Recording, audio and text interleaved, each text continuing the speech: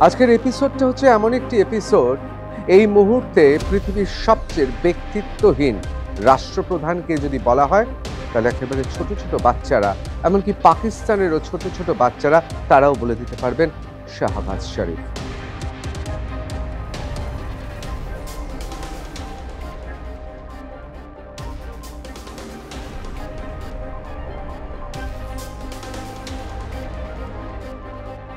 সুতরাং এক কথায় বিদেশের মাটিতে শুধু নয়, দেশেও অপ্রাসঙ্গিক হয়ে পড়েছেন শাহবাজ শরীফ।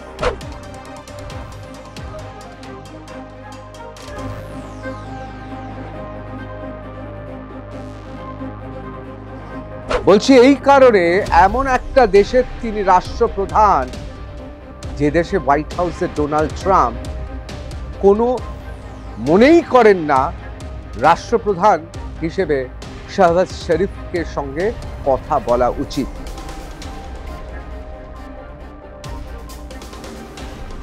নরেন্দ্র মোদী ভারতবর্ষের পক্ষ থেকে গোটা পৃথিবীকে জানিয়ে দিয়েছেন এবং শি জিনপিংকেও জানিয়ে দিয়েছেন যে না, শুধুমাত্র আমরা আক্রান্ত হব না সন্ত্রাসবাদে, আক্রান্ত হবে চীনও, একদম পরিষ্কার। অনেকে বলছেন এই বার্তা শুধু কিন্তু চীনকে নয়, গোটা পৃথিবীকে ভারত দিয়েছে। অর্থাৎ ড্রাগন আর হাতি একসঙ্গে নাচবে, এটা আমাদের কথা নয়, এই কথাটা স্বয়ং চীনেরও। এবং সেই জন্যে তারা সিনো ইন্ডিয়ান রিলেশনশিপ, অর্থাৎ চৈনিক ভারতীয় যে সম্পর্ক, সেই সম্পর্ক সুদৃঢ় করার কথা তারা বার্তা দিয়ে ঘোষণা করছে।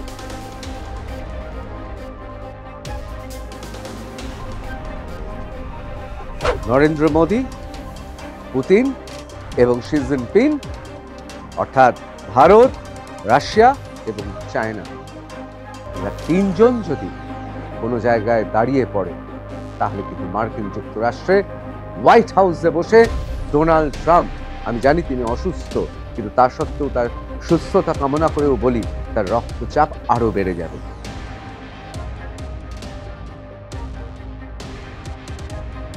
অনেকে বলছেন অপারেশন সিন্দুরের পর ভারত এখন আর বেশি দিন বাকি নেই, জগৎ সভায় শ্রেষ্ঠ আসন নেবে।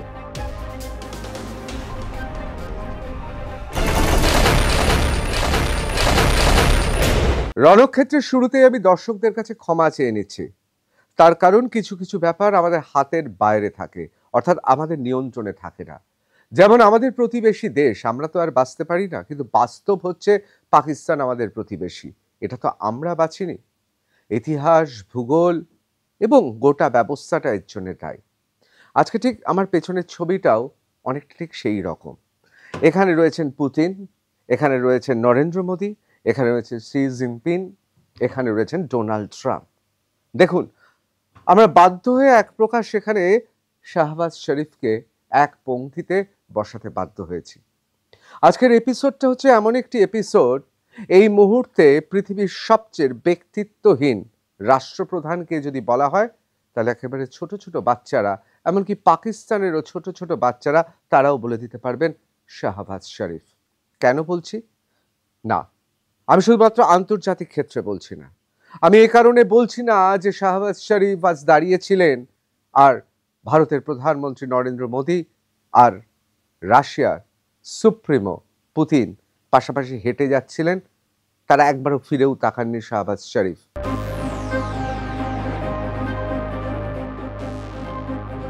এমন একটা দেশের তিনি রাষ্ট্রপ্রধান, যে দেশে হোয়াইট হাউসে ডোনাল্ড ট্রাম্প কোনো মনেই করেন না রাষ্ট্রপ্রধান হিসেবে শাহবাজ শরীফকে সঙ্গে কথা বলা উচিত। আরো পরিষ্কারভাবে বললে বলা যেতে পারে তিনি মনেই করেন না তার সঙ্গে কথা বলার যোগ্য শাহবাজ শরীফ। নামের পেছনে শরীফ থাকলেও ভদ্রলোক যে খুব একটা ভদ্রতা দেখিয়েছেন তা নয়। আসিফ মুনির, অর্থাৎ পাকিস্তানের উর্দি পরোহিত সেই জঙ্গি সেনা প্রধান, তিনি এই মুহূর্তে গোটা দেশ চালাচ্ছেন। সুতরাং এক কথায় বিদেশের মাটিতে শুধু নয়, দেশেও অপ্রাসঙ্গিক হয়ে পড়েছেন শাহবাজ শরীফ। আজকে একটু বিস্তারিতভাবে আমি এ নিয়ে আলোচনা করব। টাইমস অফ ইন্ডিয়া লিখছেন, PM Modi SCO summit 2025, PM Modi reps up SCO summit 2025। এবং পরিষ্কারভাবে, শুধুমাত্র আমি টাইমস অফ ইন্ডিয়ার কথা বলবো না, যে কোনো সংবাদপত্র দেখুন আজকে আপডেট কি বলছে। দ্য হিন্দু লিখছে, India and China are victims of terrorism, prime minister Modi tells Xi Jinping in a shift from a recent position. অর্থাৎ নরেন্দ্র মোদী পরিষ্কার বলে দিচ্ছেন যে শুধুমাত্র ভারত নয়, ভারতের লড়াইটা ছিল তো সন্ত্রাসবাদের বিরুদ্ধে। অপারেশন সিন্দুর তো পাকিস্তানের খেটে খাওয়া মানুষের বিরুদ্ধে নয়। অপারেশন সিন্দুর কখনোই পাকিস্তানের বাসিন্দাদের বিরুদ্ধে নয়, এমনকি পাকিস্তানের সেনাদের বিরুদ্ধেও নয়। অপারেশন সিন্দুর কিসের বিরুদ্ধে ছিল? আমরা যুদ্ধ ঘোষণা করেছিলাম ইসলামিক সন্ত্রাসের বিরুদ্ধে, এবং আপনারা দেখেছেন মাত্র কয়েক ঘন্টায় আমরা নটি এমন সমস্ত ঘাঁটি উড়িয়ে দিয়েছি। বাদবাকি ঘাঁটিগুলো 21টি ঘাঁটির মধ্যে শুধুমাত্র 9টি উড়িয়েছি, আর একটু সময় পেলে বাদবাকি উড়িয়ে দিতাম। অপারেশন সিন্দুরে তো আমরা প্রমাণ করে দিয়েছি যে আমাদের ব্রহ্মাস্ত্র সত্যি ল্যাবরেটরিতে বা পরীক্ষাগারে পরীক্ষিত নয়, যুদ্ধক্ষেত্রে পরীক্ষিত। অপারেশন সিন্দুরে আমরা প্রমাণ করে দিয়েছি আমরা লড়েছি শুধু পাকিস্তানের সঙ্গে নয়, আমরা লড়েছি চীন, তার কারণ ঘুরপথে চীন অস্ত্র দিয়েছিল। আমরা লড়েছি তুর্কির সঙ্গে, সেই বেঈমান দেশ যারা প্রাকৃতিক বিপর্যয়ে পড়ার পর প্রথম তাদের ত্রাণ পাঠিয়েছিল ভারত, বিরাট বোয়িং ফ্লাইটে করে, কিন্তু তারাও অকৃতজ্ঞ। আমরা লড়েছি তিনটে দেশের বিরুদ্ধে। আমাদের এয়ার ডিফেন্স সিস্টেম কতটা মজবুত, আর কিরকম ভাবে আমরা লাহোর থেকে করাচি এবং পাকিস্তানের ভূমির প্রতিটি ইঞ্চি আমাদের হাতের মুঠোয় ছিল, আমাদের বিমান বাহিনীর মুঠোতে ছিল। অর্থাৎ এই শাহবাজ শরীফও পাকিস্তানে 1 ইঞ্চি জমি খুঁজে পাবে না যেই জমি আমাদের নিয়ন্ত্রণের বাইরে। ইচ্ছে করলে পাকিস্তানের যে কোনো জায়গায় মাটির ওপরে 1 ইঞ্চি জমিও আমাদের নাগালের বাইরে নেই।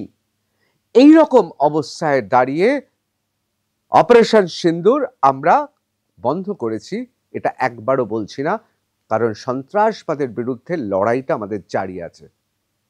নরেন্দ্র মোদী ভারতবর্ষের পক্ষ থেকে গোটা পৃথিবীকে জানিয়ে দিয়েছেন এবং শি জিনপিংকেও জানিয়ে দিয়েছেন যে না, শুধুমাত্র আমরা আক্রান্ত হব না সন্ত্রাসবাদে, আক্রান্ত হবে চীনও। একদম পরিষ্কার। অনেকে বলছেন এই বার্তা শুধু কিন্তু চীনকে নয়, গোটা পৃথিবীকে ভারত দিয়েছে। যখন এই রকম গুরুতর সব আলোচনা হচ্ছে, তখন জানতে নিশ্চয়ই আপনাদের ইচ্ছে করছে যে পাকিস্তানের ভূমিকাটা কি ছিল। PM Modi Xi Jinping SCO meet finds front page coverage in China Daily, partnership seen as. দেখুন, চায়না দৈনিক, আপনারা জানেন চীন, সেই চীনে একটাই পার্টি, কমিউনিস্ট পার্টি, আর সেখানে পলিট ব্যুরো আর কেন্দ্রীয় কমিটি তারাই গোটা চীনটাকে চালান। এবং আমাদের সমাজ ব্যবস্থার সঙ্গে চীনের সমাজ ব্যবস্থা সম্পূর্ণ আলাদা। সেখানে বলা হয়েছে এখানে গণতন্ত্র থাকবে না, একটাই পার্টি থাকবে, পার্টির নাম কমিউনিস্ট পার্টি। কিন্তু সেই পার্টিকে বলতে হবে সেখানকার নাগরিকদের তাদের শিক্ষা, স্বাস্থ্য, পানীয়, তাদের অবসরে বিনোদন সবকিছু ব্যবস্থা রাষ্ট্রকে করতে হবে। আর তার বিনিময়ে কমিউনিস্ট পার্টি বলেছে একটাই দল থাকবে, অর্থাৎ চাইনিজ কমিউনিস্ট পার্টি থাকবে। স্বভাবতই সে দেশে যে সমস্ত খবরের কাগজ রয়েছে, ডিজিটাল রয়েছে, দৈনিক রয়েছে, সমস্ত কিছু চাইনিজ কমিউনিস্ট পার্টির নিয়ন্ত্রণে। সেইখানে তাদের জাতীয় অর্থাৎ চায়না ডেলি অর্থাৎ তাদের কমিউনিস্ট পার্টি পরিচালিত কাগজে আজকে লিখতে বাধ্য হয়েছে। এবার আপনারা অনেকে বলবেন এটা কি এমন বড় খবর? আপনারা গত 10 বছরের চাইনিজ ডেলি নিউজ পেপারগুলো দেখুন। পাকিস্তান বা বাংলাদেশের কোন রাষ্ট্রপ্রধান গেলে এইভাবে ফলাও করে চাইনিজ নিউজ পেপার অর্থাৎ দৈনিক লিখতে বাধ্য হয়, সেটা একেবারে জেনে নিন। মনে রাখবেন, চীনে কিন্তু এই চায়না ডেলি, তার যে চীনা সংস্করণ, সেটাই কিন্তু একমাত্র দৈনিক যা গোটা দেশ পড়ে। An article on the meeting between PM Modi and Xi featured on the front page of China Daily headlines, partnership seen as key to Sino-India relations. অর্থাৎ চীন এবং ভারতের, অর্থাৎ ড্রাগন আর হাতি একসঙ্গে নাচবে, এটা আমাদের কথা নয়, এই কথাটা স্বয়ং চীনেরও, এবং সেই জন্যে তারা সিনো ইন্ডিয়ান রিলেশনশিপ অর্থাৎ চৈনিক ভারতীয় যে সম্পর্ক, সেই সম্পর্ক সুদৃঢ় করার কথা তারা বার্তা দিয়ে ঘোষণা করছে। চায়না ডেইলি ইংরেজি সংস্করণে লিখছে, পার্টনারশিপ সিন অ্যাজ কি টু সিনো ইন্ডিয়ান রিলেশনস, এবং সেই ছবিটা আপনারা দেখেছেন। এখানে আপনাদের একটা কথা মনে করিয়ে দিই, আপনারা জানেন যে বাংলাদেশের অনির্বাচিত রাষ্ট্রপ্রধান মোহাম্মদ ইউনূস চীনে একদম পাক্কা সেলসম্যানের মতো অনেক বড় বড় কথা বলে এসেছেন। কি বলেছিলেন? বলেছিলেন উত্তর পূর্ব ভারতের সবকটা রাজ্য নাকি ল্যান্ডলক, অর্থাৎ স্থল দ্বারা বেষ্টিত, তাদের নাকি তাকিয়ে থাকতে হয় বাংলাদেশের দিকে। আর কি বলেছিলেন? খুব গর্ব করে বলেছিলেন, we are the guardian of বে অফ বেঙ্গল, অর্থাৎ বঙ্গোপসাগরের অভিভাবক নাকি শুধুমাত্র বাংলাদেশ না।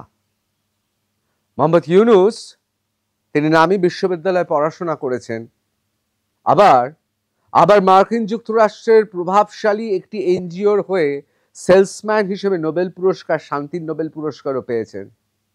কিন্তু তিনি ইতিহাস এবং ভূগোলটা হয় পড়েননি, নয়তো চীনের যারা আধিকারিক রয়েছেন, নেতৃত্ব রয়েছেন, তাদের সম্পর্কে তার ধারণা খুব সংকীর্ণ, ভেবেছিলেন তারা ইতিহাস বা ভূগোলটা জানেন না। একবারও হেডলাইন হয়নি, কোথাও লেখা হয়নি। এত সত্ত্বেও কেন শি জিনপিং ভারতের সঙ্গে কথা বলছে? অনেকে বলছেন হ্যাঁ, একদিকে মার্কিন যুক্তরাষ্ট্রের ট্রেড ট্যারিফ অর্থাৎ করের চাপ, বাণিজ্য শুল্ক চাপিয়ে দেওয়া, অন্যদিকে চীনা অস্ত্রের কি করুণ পরিণতি হয়েছে অপারেশন সিন্দুরে তা জানার পর, এবং গোটা পৃথিবীতে ভারতের অস্ত্রের চাহিদা বাড়ার পর কোথাও চীন মনে করছে না, ভারতের সম্পর্কে আর কোনো ধরনের কথা শুনবো না, দুটো সুপ্রাচীন ঐতিহ্য, সুপ্রাচীন সভ্যতা এবার একসঙ্গে কাজ করতে হবে। আবার অন্যদিকে কি হয়েছে আজকে? How US media covered Modi-Xi meet. Trump's pointless rapture will change India and world. Trump's pointless rapture. President Donald Trump has undone 25 years of diplomacy by embracing Pakistan after its conflict with India in May, and is now signing out India for even higher tariffs than China. He cannot have thought through how the world's most populous country and the fifth largest economy of the world react. His pointless rapture will change India and the world, the Economist wrote earlier this week. ভাবুন, the ইকোনমিস্টে এই কথা লেখা হচ্ছে, অর্থাৎ Donald Trump দুঃসাহস দেখিয়েছেন, পৃথিবীর পঞ্চম সর্ববৃহৎ অর্থনীতির সঙ্গে ছেলে খেলা করছেন, তিনি সন্ত্রাসীদের সঙ্গে করমর্দন করছেন হোয়াইট হাউসে, আসিফ মুনিরকে ডেকে মধ্যাহ্নভোজে আপ্যায়ন করেছেন।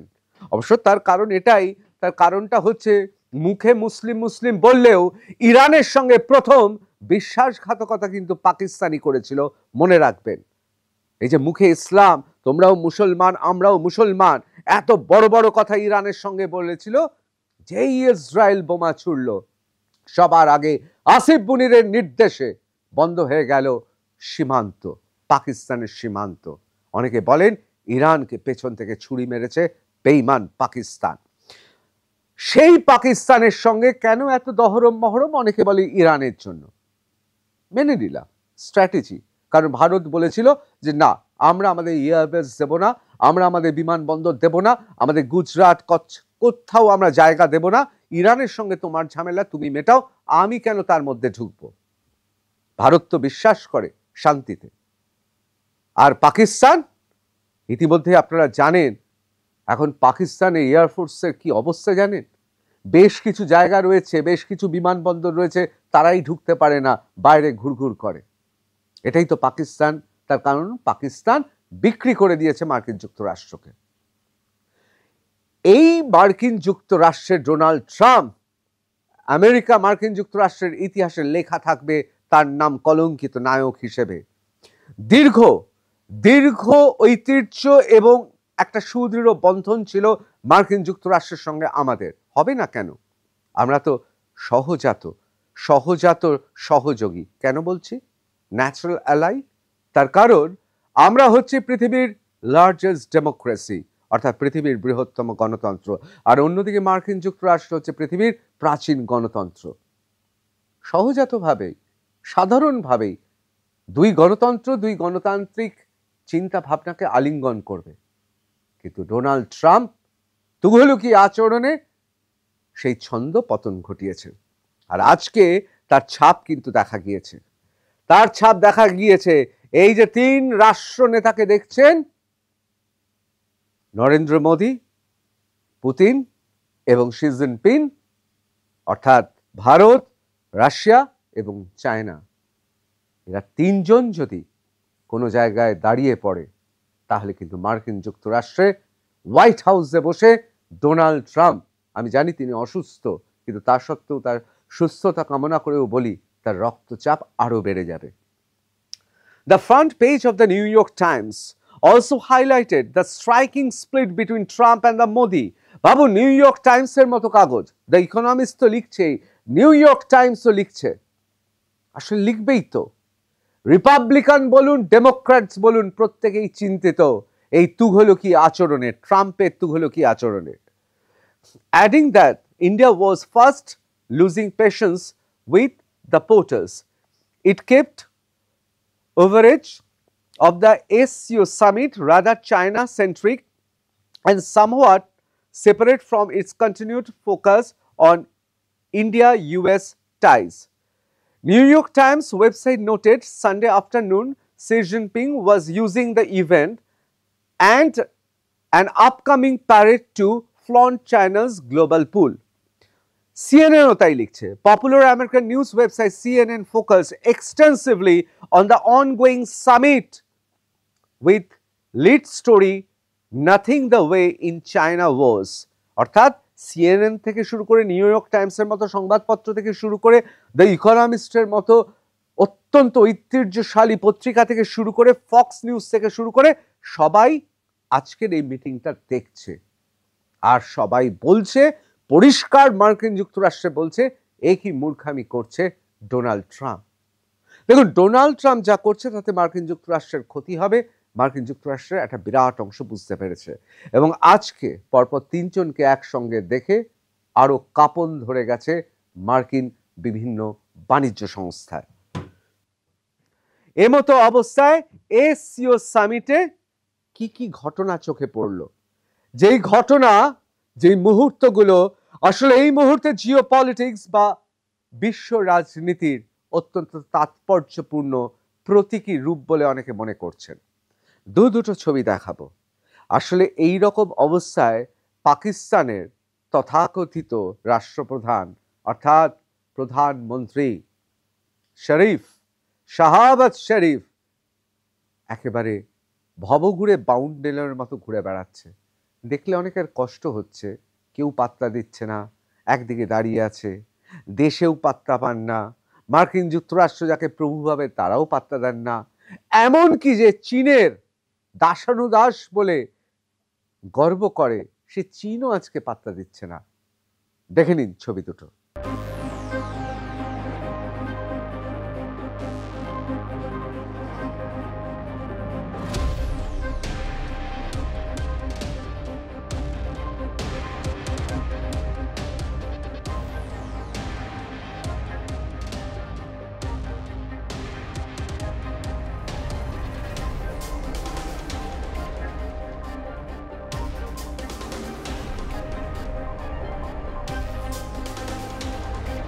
তাহলে ছবিগুলো দেখে কি বুঝলেন?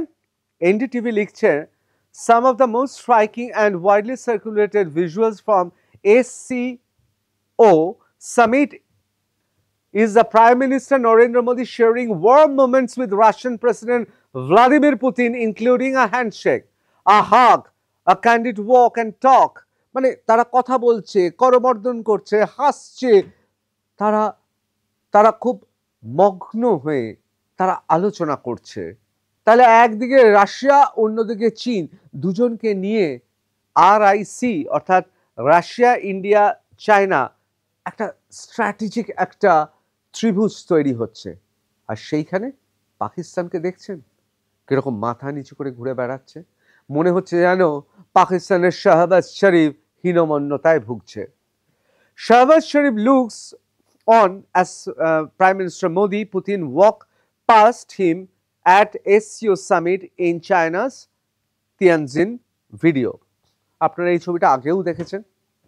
A brief moment at the 25th Shanghai Cooperation Organization, যাকে আমরা SCO বলি, summit in China's Tianjin drew attention on Monday when Pakistan Prime Minister Shahbaz Sharif was seen looking on as Prime Minister Narendra Modi and Russian President Vladimir Putin walked past him. The scene unfolded on the sideline of the summit as leaders gathered for ceremonial. এই যে শাহবাজ শরীফ, হিন্দুস্তান টাইমসও লিখছে, desperate Pak Prime Minister Shahbaz Sharif trolled over awkward handshake with Putin at SCO. একদম আপনারা দেখেছেন তো, এইভাবে কেউ করমর্দন করে কোন ব্যক্তিত্ব সম্পন্ন মানুষ? In the clip, as Putin and Xi Jinping are walking after the photo, Prime Minister Sharif appears to come up from behind and hurriedly reaches out to shake Putin's hand. দেখে কষ্ট লাগছে, জানেন, কেউ পাত্তা দিচ্ছে না, পেছন থেকে হাত বাড়িয়ে করমর্দন করতে হচ্ছে। আসিফ মুনির নয়তো দেশে যদি ফিরে যায় তখন মারধর করতে পারে যে কি করলি তুই, মানে বুঝতে পারছেন তো গণতান্ত্রিক অবস্থাটা পাকিস্তানের এরকম। নয়তো ভাবুন তো, ইমরান খান প্রাক্তন প্রধানমন্ত্রী, ইমরান খান প্রাক্তন পাকিস্তান ক্রিকেট টিমের উজ্জ্বল জ্যোতিষ্ক, জাতীয় দলের তিনি ক্যাপ্টেন, পৃথিবী বিখ্যাত অলরাউন্ডার, অভিযোগ তাকে নাকি কারাগারে যৌন নির্যাতন করা হচ্ছে। আমার দেশটার জন্য দুঃখ হচ্ছে, দুঃখ হচ্ছে পাকিস্তানের মানুষের জন্য। ওই পাঞ্জাবের কিছু এলিট, মানে পাকিস্তানের পাঞ্জাবের কিছু এলিট গোটা পাকিস্তান দেশটাকে শেষ করে দিল, আর তার আজকে প্রতিফলন ভাইরাল হয়ে গোটা পৃথিবীতে চলে গেল। অর্থাৎ এতদিন রণক্ষেত্রে যে কথা বললাম, এখন গোটা দুনিয়া দেখলো যে শাহবাজ শরীফ আসলে ব্যক্তিত্বহীন, অকর্মণ্য এবং অবশ্যই পাত্তা পাওয়ার জন্য নিরন্তর চেষ্টা করে যাচ্ছে। খারাপও লাগছে, আবার মনে হচ্ছে এটাই তো ভারত। যেখানে ভারত থাকবে সেখানে রুশ, চীন সমস্ত শক্তি তার সঙ্গে থাকবে। তার কারণটা কি জানেন? আমি মানছি চীনের সঙ্গে আমাদের আবার ঝামেলা হবে, নিশ্চয়ই সীমান্তে ঝামেলা হবে, সে কথা তারাও লিখেছেন। কিন্তু চীন ভারতকে অগ্রাহ্য করতে পারবে না, রুশ দেশ ভারতকে অগ্রাহ্য করতে পারবে না, যেমন পারবে না মার্কিন যুক্তরাষ্ট্র। পারেনি বলেই নিউ ইয়র্ক টাইমস থেকে শুরু করে, ফক্স নিউজ থেকে শুরু করে, CNN থেকে শুরু করে, ইকোনমিস্ট, সর্বত্র একটা কথাই আলোচনা হচ্ছে, মার্কিন যুক্তরাষ্ট্র কি ভারতকে উপেক্ষা করতে পারবে? SCOতে এতদিন কি হতো? এতদিন চীন আপার হ্যান্ড নিয়ে নিত, যেন চীন সেখানে একটা খুব গুরুত্বপূর্ণ জায়গায় রয়েছে, সেটা যেমন বোঝা যায়। তার সঙ্গে সঙ্গে এটাও ঠিক, এবার তারা হোস্ট করছে, সুতরাং এই সাংহাই কর্পোরেশন অর্গানাইজেশন তার হোস্ট হিসেবে একটা খুব গুরুত্বপূর্ণ জায়গা নিয়ে নেবে, এটা সবাই জানে। কিন্তু এবার কি হলো? এবার ভারতের জয় জয়কার হলো। অনেকে বলছেন অপারেশন সিন্দুরের পর ভারত এখন আর বেশি দিন বাকি নেই, জগৎ সভায় শ্রেষ্ঠ আসন নেবে। তাহলে মোদ্দা কথা ব্যাপারটা কি দাঁড়ালো? দেখুন, SCO মানে কি? মানে হচ্ছে সাংহাই কোঅপারেশন অর্গানাইজেশন। হোস্ট কে? কে মালিক? মানে বাড়ির মালিককে, যার বাড়িতে আমরা গিয়েছি চীন, কিন্তু কি হলো একেবারে উলট পুরাণ। ভারত হয়ে উঠল কেন্দ্রীয় বিন্দু, অর্থাৎ আকর্ষণের কেন্দ্রবিন্দু। কেন? তার কারণ অপারেশন সিন্দুরের পর ভারত গোটা পৃথিবীকে এই বার্তা দিতে পেরেছে ভারতের শক্তিটা কি। আর ডোনাল্ড ট্রাম্পের তুঘলকি ট্রেড ট্যারিফ বাণিজ্য শুল্কের পর ভারত আরো বেশি নিজের পায়ে দাঁড়াবে, যে কারণে অনেকে বলছেন এটা সাপে বর হয়েছে। অর্থাৎ ভারত ধীরে ধীরে, আর সেদিন বেশি দূরে নেই, ভারত জগৎ সভায় যে শ্রেষ্ঠ আসন নিতে চলেছে তা সবাই বুঝতে পারছে। জয় হিন্দ।